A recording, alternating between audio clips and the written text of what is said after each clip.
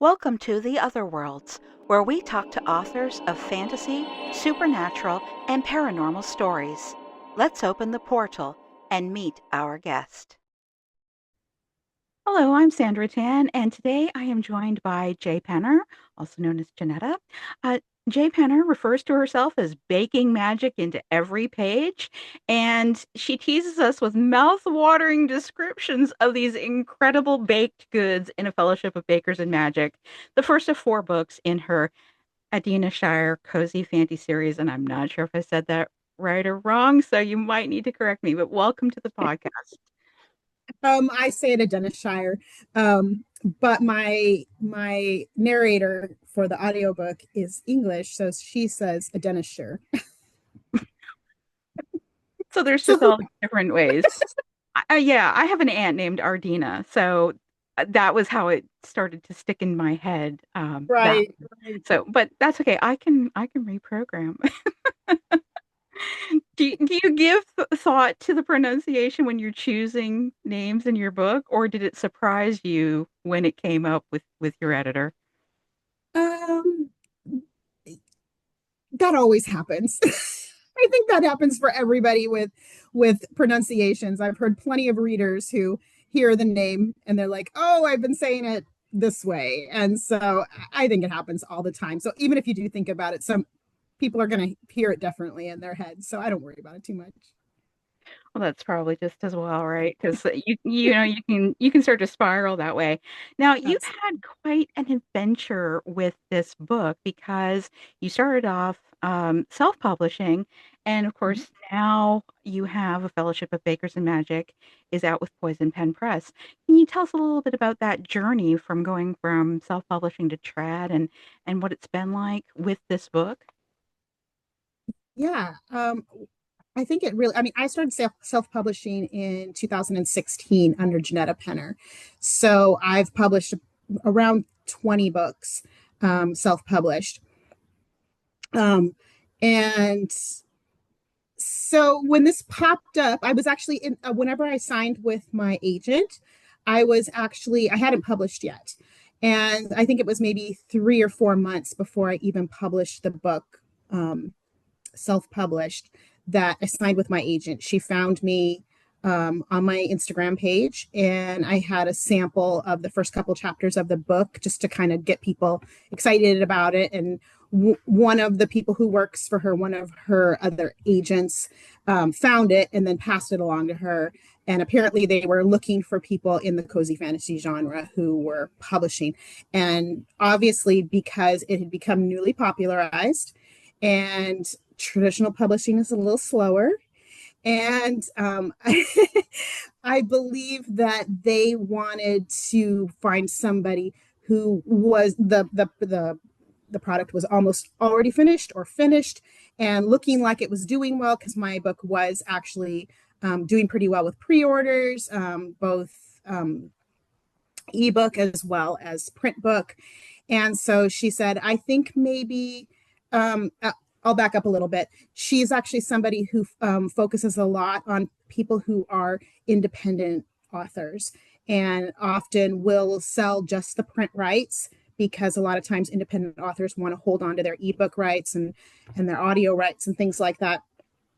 So her name's Kimberly Brower, and she focuses again on mostly indie authors. And so she found my book, and she, was kind of going through, explaining things to me and thinking, well, you already have the audio in already done, because I had had it before I published, or I was either in the process of getting it or something like that. So she said, we'll just look at maybe, trying to sell the print rights to somebody. And I'm like, okay, let's try it out. I mean, that's really what it was for me. I was never a person who was looking to traditionally publish. I was actually quite comfortable. I'd been publishing for 9 years or 8 years or something like that. Independently, I had done well. Was making an income.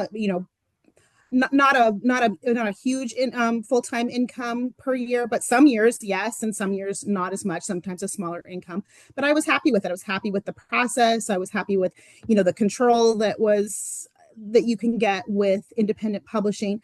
But I thought, it doesn't hurt, for me to see what's out there.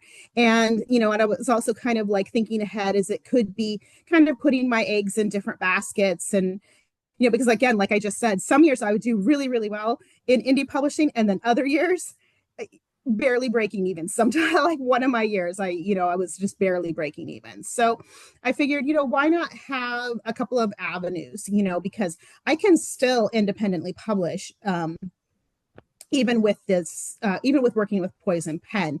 So if things went differently than I thought they might, then I could just easily go back to it. It wasn't a big deal to me. And so I thought, okay, let's just give it a go. And I didn't even know if I would get anything. I was just at that point having an agent. So I said, well, it doesn't hurt. You come to me with the offers, and it doesn't mean I need to take anything if I don't like it. So she came to me with the Poison Pen offer after the book was published. And I went back and forth with her for a while because there were some things about traditional publishing that were quite different than in indie publishing. One, that I'm very comfortable with my editor, and I've had her for, I believe, since probably about 2018. I've had the same editor that works with me. And so thinking about handing over my naked manuscripts, pretty much, I mean, I've edited it and everything, but pretty much kind of a naked manuscript to someone who I don't know, and I don't quite trust yet, because I can easily hand over my manuscript to my editor that I've had for a long time and be like, this part needs help, or whatever. And I feel confident that she's not gonna, I don't know, whatever. I don't even know what I was thinking, but I just wasn't sure. It was a new experience for me. So but in the end, I thought, okay, let's go ahead and give it that go. Let's see if we can kind of put some of those eggs in some different baskets. And so for me at this point, traditional publishing has been a great experiment. I've enjoyed it so far. I did just fine with my editor that I have at Good. Poison Pen. It was really no big deal or anything like that. But it was, again, that new experience that I hadn't experienced before. So I just didn't know what was going to happen. So anyway, so for me, again, at this point, it has been an experiment, and I have enjoyed it. I have enjoyed some of the process where I don't have as much control. I don't have as much control over the blurbs and the covers and the formatting. But again, I don't have to worry about my blurbs and formatting and covers anymore. So it's been kind of a balance for me, but I actually have really, really liked it. I've liked the process. I've liked kind of experiencing the new things that I see in that. I see the way that they do advertising of the book, maybe versus the way I was doing advertising. They're able to reach out to more influencers and do more ARC copies than I could. And so it's just been a really interesting process, and I've actually really enjoyed it. I've enjoyed working with them. Everyone that I've worked with is extremely nice and extremely complimentary and helpful. And yeah, so I've had a good time with it. And I wouldn't say that I prefer one over the other necessarily. In the future, I still may independently publish. I may not, it just kind of depends on how everything goes, but I have enjoyed it. I was never a person who was looking to traditionally publish. I was actually quite comfortable. I'd been publishing for 9 years or 8 years or something like that. Independently, I had done well. Was making an income. Not a huge full-time income per year, but some years yes, and some years not as much. Sometimes a smaller income, but I was happy with it. I was happy with the process. I was happy with the control that you can get with independent publishing. But I thought it doesn't hurt, for me to see what's out there. And I was also kind of like thinking ahead as it could be kind of putting my eggs in different baskets. And because again, like I just said, some years I would do really, really well in indie publishing, and then other years barely breaking even. Sometimes like one of my years, I was just barely breaking even. So I figured, why not have a couple of avenues, because I can still independently publish, even with working with Poison Pen. So if things went differently than I thought they might, then I could just easily go back to it. Well, that's fantastic. It is a journey, and even if you have been following one path for a long time, there's so many changes in publishing that things can change. For So, sure. it never hurts to be open to new experiences, and it's wonderful when it pays out often Absolutely.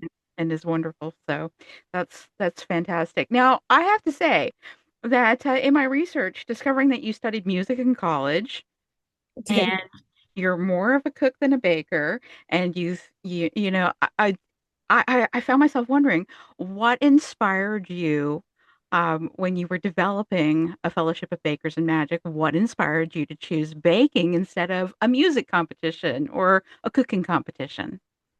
For sure. I have actually a fairly extensive creative background. I studied music in college, graduated, but didn't decide to use my degree. Immediately got out of college and started a wedding photography business. Although I had never done wedding photography or any other kind of photography, and just kind of taught myself how to do it. Was very, very inexpensive, just kind of getting experience, and that is how my multiple careers that I've had over my life has gone. Um, when I In 2014, I I had run a bunch of businesses and I hadn't really done things like reading for pleasure. And I thought, I'm going to do that again. And so I started reading for pleasure, picked up the Hunger Games and really enjoyed it. And then 2 months later, had an idea and told myself, oh, I'm going to write a book now. And of course, because the books that I was reading were all trilogies, it was going to have to be a trilogy as well. So, so I spent a year teaching myself how to do that, to publish as well as write.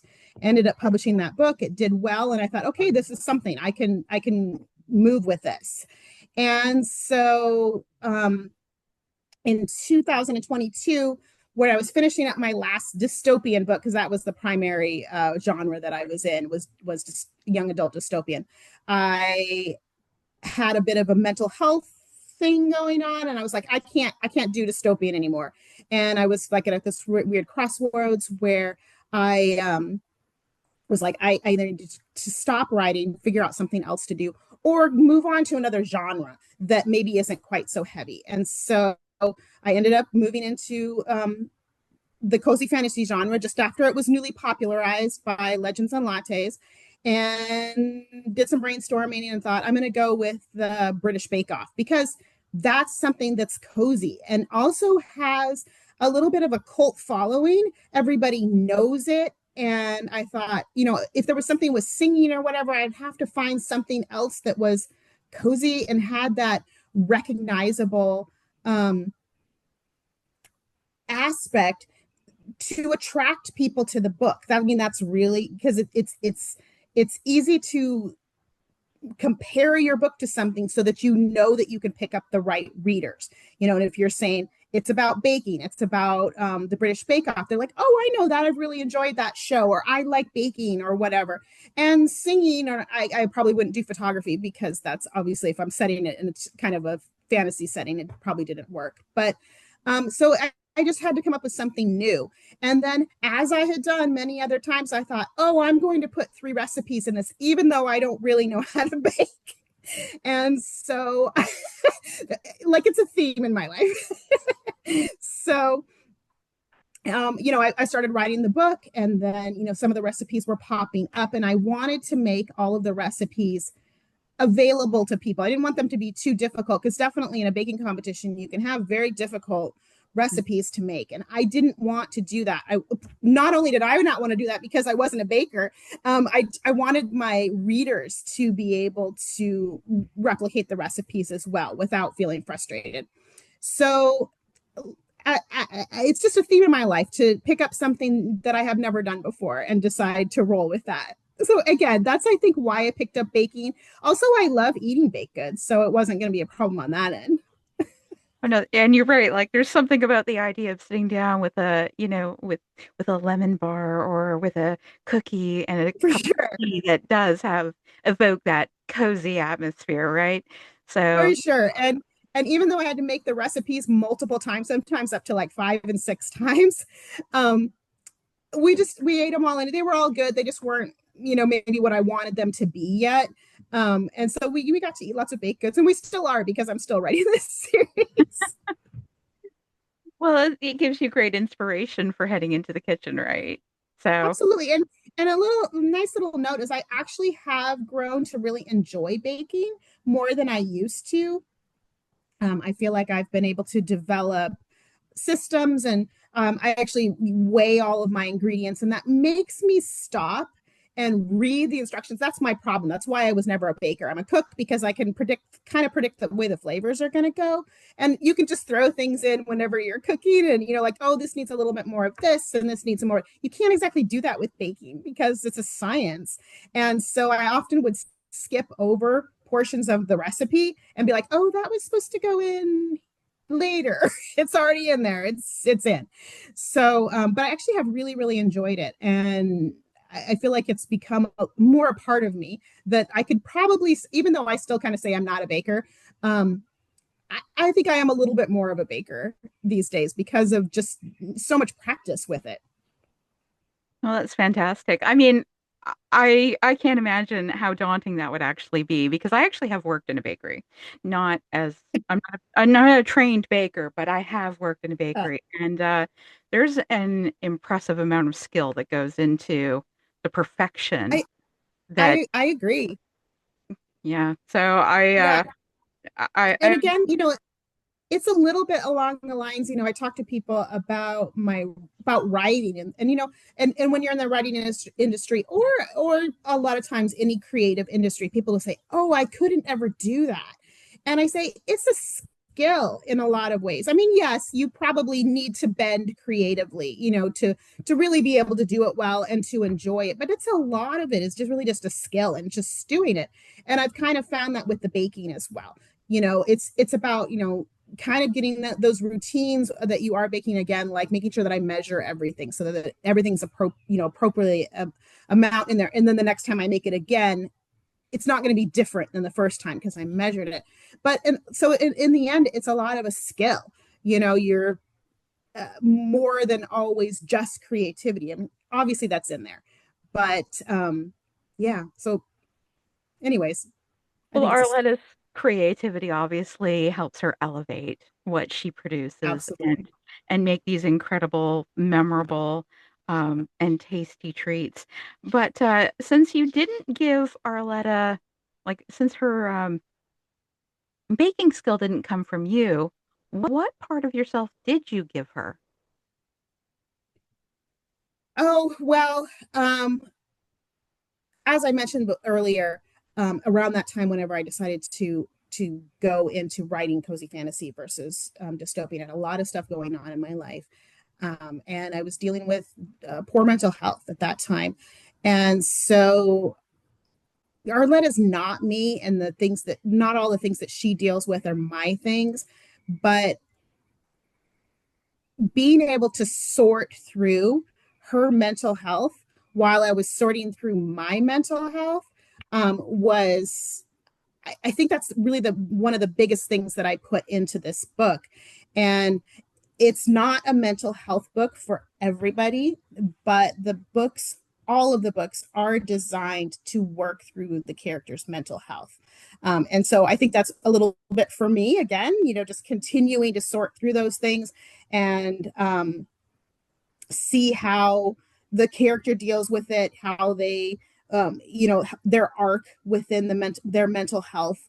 Um, it, it's just really, like, again, I think that is, me kind of having my arc of working through mental health just really kind of pulls me through with those characters of helping them, seeing them do the same thing, and then also the people that are in their lives coming along beside them and helping them as well. So that really is, I think, one of the things for Arletta, as well as each character in the subsequent books that are dealing with their mental health issues. I think that's really where I put a lot of myself into the books. Okay. I was actually going to ask you, and I guess this maybe ties in a little bit. Is that why is your was your interest in exploring their mental health journey and growth? is that why you gave Arletta, Theo, I'm not sure if it's Dolly or if it's is, is it Dolly? Okay. Dolly. Yeah, And Jez, all of them are a little unconventional for who they are. Theo doesn't like being where he grew up. He likes being off and wandering and yeah, exploring. And then Dolly, she doesn't have, what was it, gemstone magic, which the yeah. dwarves have. She has different magic, and Jez has some issues that I'm not quite clear on yet, but she seems to Right. maybe have some health issues perhaps going Yes, on she there. does. And She and does. and all We her love. explore that a lot, and we explore that a lot in book three. That's her book, and so we explore kind of her particular health issues and how they're tied to her magic, and yeah. So you get a more of a glimpse in book three of that. Okay, so is was that why you wanted to make all of them a little unconventional? Was so that you could explore those things in them, I or don't know if I went in purposefully, like consciously to do that. I'm a lot of a vibes writer, and so I do plan, but each chapter pretty much because whenever I plot, it's very skeleton like. And so each chapter is I'm kind of pantsing each chapter at a time, other than having just that little bit of information of knowing where I want to go. So I don't tend to be a huge planner for exactly how each character is going to be. I think that was more of a vibe for me that I wanted kind of this group of people who are kind of all a little off. Probably because I feel a little off a lot of the times, and there was probably a bit of that in there. And I also wanted to be them this ragtag group that maybe wouldn't normally be friends, that wouldn't normally be people that would have met each other, and they just happened to all coincide with this baking event, and it changes their lives.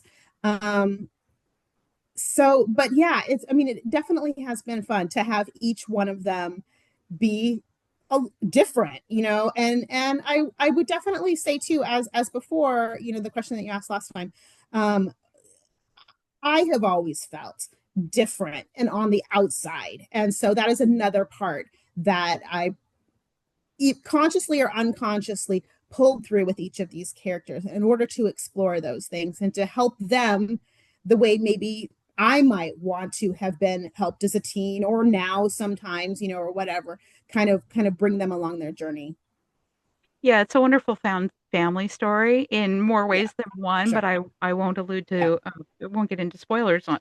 But I really love that aspect of the story, and it's actually interesting though that in the book, one of the first things that Arletta and Theo sort of form a connection over is their grief and loss. Why was it Yes. important for you to include that element in their stories? Um, you know, Again, uh, my mental health was suffering at that time, and it had a lot to do with grief. And so that's where I was at that time. And so I think it was important to me because, again, her grief is different than my grief. I didn't lose anybody in my life. And actually, Theo loses somebody in his life as well. And that's not what I was grieving at all. But I think at that point, at that time, consciously or unconsciously, I was wanting to explore those things, how people deal with grief, how they deal with it differently. Um, just what does it look like in their lives? What does it feel like in my personal life? But yeah, that was definitely a connection point for them, that they each had dealt with or were dealing with grief in their life. And again, in book four, which will come out, I'll self-publish in probably a month or so, is Theo's story, and it deals again more with grief and how he's dealt with the people that are grieving around him and his family members and the relationships and the way that it has changed the trajectory of his life and his family's life. Oh wow. That's that's going to be quite something to look forward to because that's probably I can imagine quite an intense story. So, so yeah, Absolutely. I'm just Absolutely. And then, but it's funny because it's all set under, a cat cafe. So it's kind of it's interesting, melding together things like grief and mental health and other issues under a cozy fantasy umbrella, because you don't want it to be too heavy, but you still want to be able to have more of an exploration of these things that are heavy. And some of the things that I would tell people is I kind of intersperse scones and tea in order to lighten up the theme. Yeah, I Or can see baking contests or cat cafes or baby dragons or whatever, silly animals and stuff like that. So in order to keep the theme light and for it never to feel like we're under this like heavy weight of someone's debilitating mental health. I mean, that's obviously through this book. I mean, her mental health is debilitating in her life, and it keeps her from doing the things that she wants to do until she's faced with having to do that or she loses more in her life. And so yeah, and when we just said that doesn't sound very cozy. But again, the friendships and the support and the tea and the scones and the baking contest all help lighten up the themes. Well, I think that there's an important message within this that that even though you can go through some very difficult things in your life can still be positive and Yep. vibrant and Yep. colorful and rich and so there's yeah, it's a delicate balancing act, but it It actually is. like it makes me think of this one quote. I took a picture of it when I was reading it, and it's Theo talking to Arletta, and he says, "There seems to be a story that you keep telling yourself, and I understand it has served you for some time. It was real. It kept you safe, but you've outgrown that tale, and now it's holding you back from becoming who you are really meant to be." And I thought that Yeah. was just so inspirational and Yeah. and encouraging because it's a way of recognizing that there was a reason why you were on Mm-hmm. this path, why you were Yeah. telling yourself these things, why you were Yep. making these choices, but things have changed, and now you Yep. can take a step onto a new path, Yep. which is a lovely way of putting it instead of saying like you're doing the wrong thing or you need to give your head a shake. He's Yeah. very positive and affirming, which is a Yeah. lovely aspect of the story. Yeah, absolutely. Scientifically, our bodies do that. In our brains, things in our past or things that we're going through now are we're designed to protect ourselves. And there are things that we have to do at certain times in our life in order to survive. I mean, literally, our brains are are telling us certain stories, in order to because things were happening to us at that time in our life. And in order to continue, we had to have that story about that thing. And it forms how we react with the world, how we interact with the world. And but a lot of times for us, it's hard to give up those things, especially when we had things happen to us in childhood, when our personalities and our brains were still forming.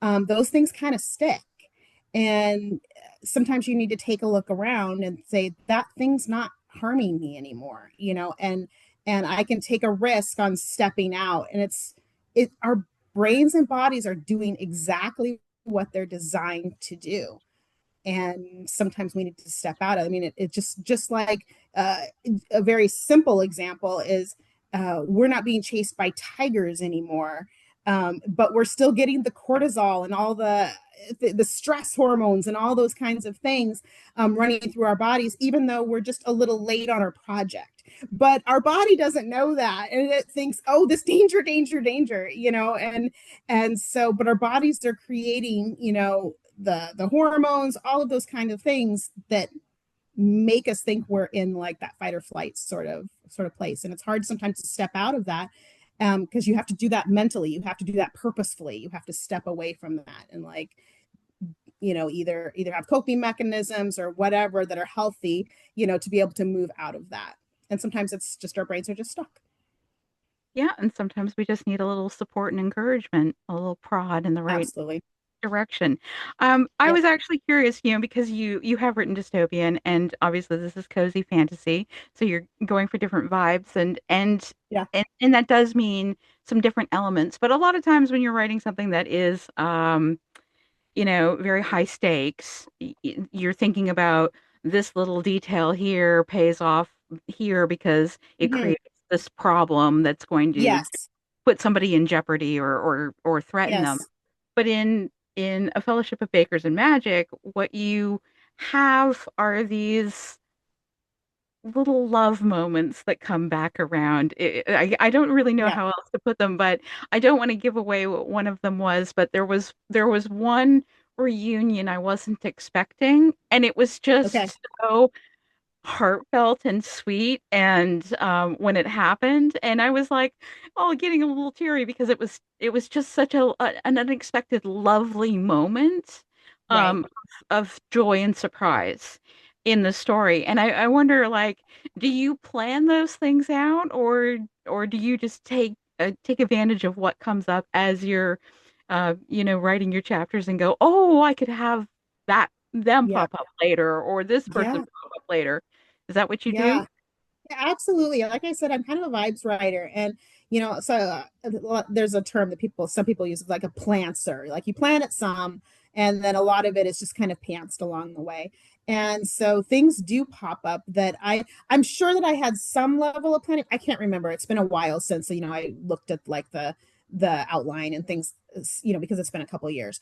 But so I may have partially planned that, but that happens to me a lot where I realize, okay, I set something in motion that maybe I hadn't even planned on doing. And that would happen even in my dystopians, that sometimes I would say, oh, I made something that can be a thread for later. And it, inspired me to take a turn that I didn't expect necessarily in those stories. But yeah, I mean, sometimes I'll set things up and I'll know in advance, that I want a very certain thing to happen. That does happen for me, but I would say probably most of the time, the actual details of those things, and sometimes even like again that little start of the thread to the end is something that comes to me along the way. That this is the way this character is moving. This is the way the storyline is moving, and I think we need to go in this direction, or something like that. Yeah, sometimes our subconscious seems to be kind of ahead of us, and then it's kind Yeah, of like for sure. click, right? Yeah, Yeah, that's for sure. Absolutely. which is is wonderful when it works out. Absolutely. You Yeah, also write out of order, I correct? do. I do. Often write out of order. I tend to um, start. This is not uncommon. I think a lot of authors go this route where you have a really hard time once you get to the middle of the book, and it just sometimes kind of like kind of almost bottoms out on me, and it's like I don't even know where I'm going. This is feeling frustrating. I'm like, emotionally getting upset because of where that I feel like, oh, this will never end, and it felt good all the way up into that point. I felt like, oh, I'm really going. I'm going to be okay. I'm going to get over that hump. And I get to that center point, and it bottoms out for me. And so I often, because I do again have a plan for where I'm going in the book, I often will know where certain types of scenes are going to take place. Like a romantic scene or a very sweet scene between friends or something like that, and those are very easy to write most of the time, at least for me, because they are kind of a little story within themselves a lot of time. Like maybe the first time they kiss, or again, just another really sweet scene between friends getting to know each other. They're like a little story in between the entire story, for me, and it doesn't feel like it necessarily needs to again connect a bunch of threads or whatever. It's like, okay, I'm just writing this scene, and so a lot of times those will be fairly clear to me. Those will feel good to write, so it'll also make me feel better about writing whenever I feel like, oh, I'm bottomed out and I'm never going to be able to finish or whatever. So sometimes I'll just write individual scenes, so maybe 1,000 words for a scene or something like that. But I have um gone as far as to write an entire book backwards to meet up with the middle to figure out, what was going. It was a little messy. I had to do some manipulating. By the time I got back to the middle, I was like, oh, this doesn't quite link up anymore. I've kind of made some changes, and so it was a little sloppy. But I would rather be doing that than stopping writing. I tend to, when I write, it's like this is when I'm writing, and I do have a schedule that I'm going to finish within a basic amount of time. I always put in a little bit of extra time because emergencies happen, or there might be days where you can't write, so a plan changed or something like that, and that does happen. But in general, I'm pretty good within about a week of sticking to my writing schedules. And usually if I map out, I need this long to write, it will be within a week that I finish that book. So again, my goal is always to make me moving forward. If it's writing a scene, if it's writing a whole chapter, if it's writing a book backwards, and then so I have all these plans for writer's block, basically. And if it gets really, really bad, like I've written all the scenes, I've written the last chapter, because a lot of times the last chapter is in my mind too, where I want it to end. And so that's a fairly easy chapter for me to write as well. And then plus with these books, they all have epilogues for the next character. And so those are very, very simple to write because again, nothing, I mean, it does connect to things, but it's just a little short story almost within itself. And so I don't have to worry too much about, oh, this, I've got to figure out this problem that I had back here. I don't have to do any of that stuff. So those are all easy to write. But if I have done all of that and I'm still like, that middle is still bothering me and I can't do anything with it, what I'll do is I'll start back over at the beginning and I'll do some editing. I'll start doing some basic editing and making some notes, like, oh, I need to explore this, or I explored this in a different way as I went along, because I'll start remembering what I wrote again. Because a lot of times when I'm writing, I'm just kind of thinking ahead and I'm not necessarily thinking back at all the things that I wrote. So I'll be like, oh, I wrote that, and oh, that works perfectly with this problem that I had, or whatever, and I forgot that I included that, or something like that. So, and then it also just refreshes me to the story up to the center, and then by the time I get to it, I don't think I've ever still been stuck after that point. I've been like, okay, I've refreshed the story in my mind and what I've written, and a couple of points that I can tie together some of these threads, and oh, that's very sweet, that connects to here or whatever. And generally at that point I can start writing again. Well, that's But fantastic. it's continually moving forward because I have to edit it anyway. I have to read through the first half anyway. So, and I have to make notes on all of that. So for me, it doesn't feel like I'm losing time. No, and I think that that's often what discourages people, right? Is that they feel like they've Mhm. gotten behind schedule or what have you. But Mhm. I think that it's more wasteful to spend time writing things that are wrong that you just need to throw out anyways because Right. because going back to the beginning is a great way of bringing everything back into focus. And and then you've got Yeah. clarity And heading through. again, yeah, and I'm picking up grammatical errors and maybe rewriting some sentences here. It's never like a really heavy edit. It's more for me just to refresh, make some notes of things that I was like, oh, I really need to bring that up later or whatever.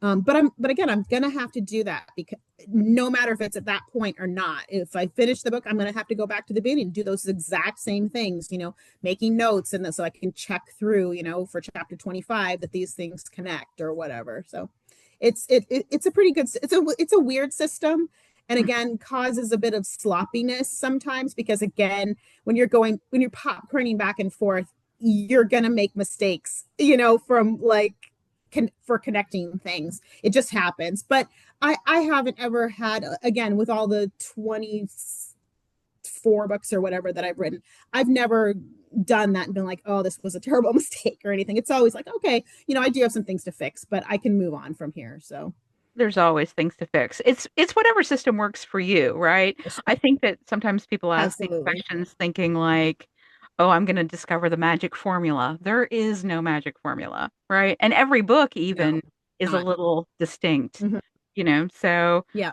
um sure. yeah, so I find it kind of interesting to see how everybody approaches, because it's partially how our Yeah, minds work, but then, everybody's got their system that works differently. And it's different if you write full time as opposed to if you work full time and you're writing, yeah, on weekends or, a little bit absolutely. here, but there. So, there's that as well. So, Yeah, um, so I was curious though, just to wrap things up.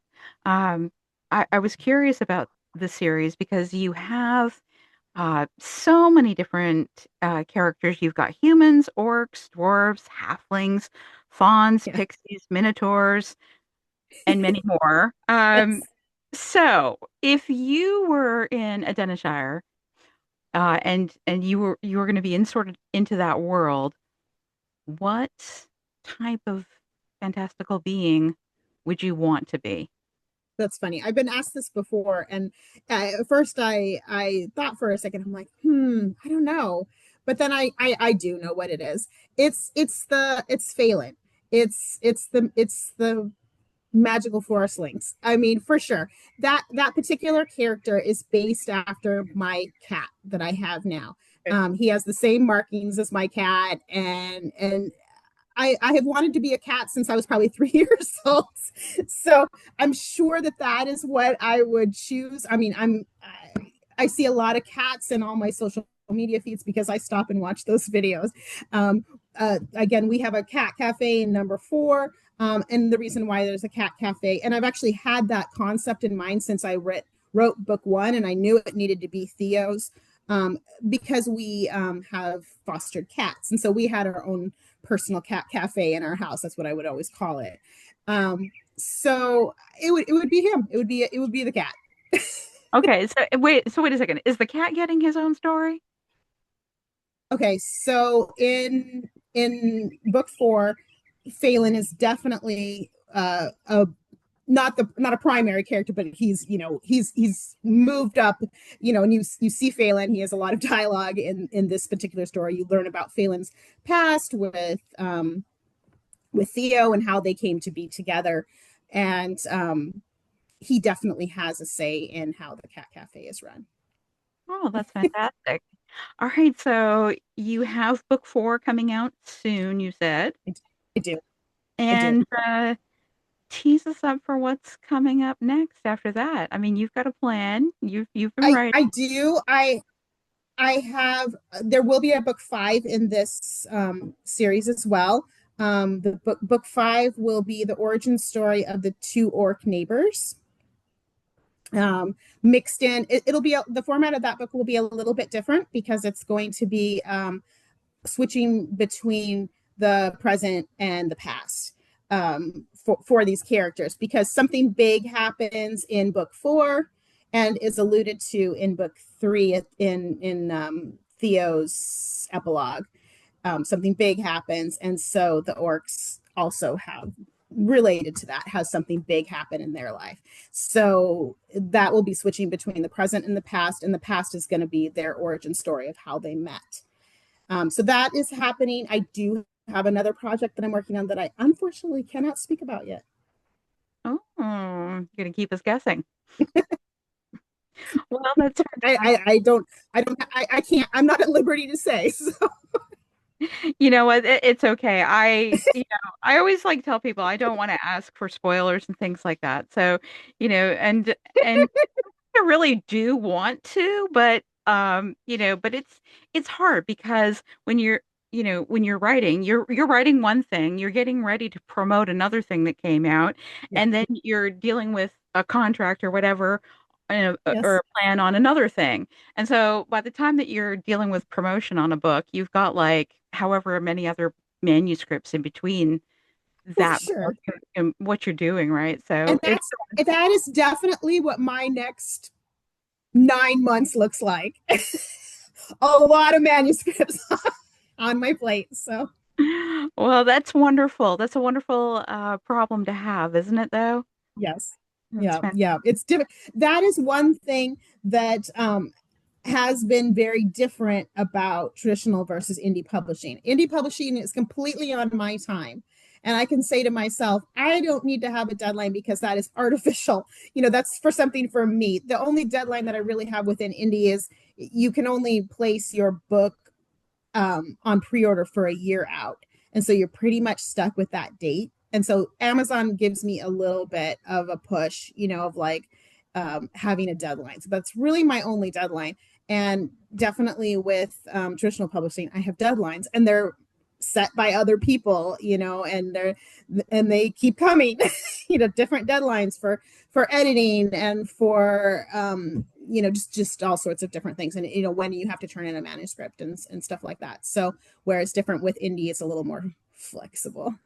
But yeah, but that's been a little bit of a challenge because of having all these manuscripts where I would never have that as just an indie. I'm only working on one manuscript at a time, and I have as much time in between one manuscript and another as I want, and I can just kind of like get the feeling that I want to start writing again or whatever.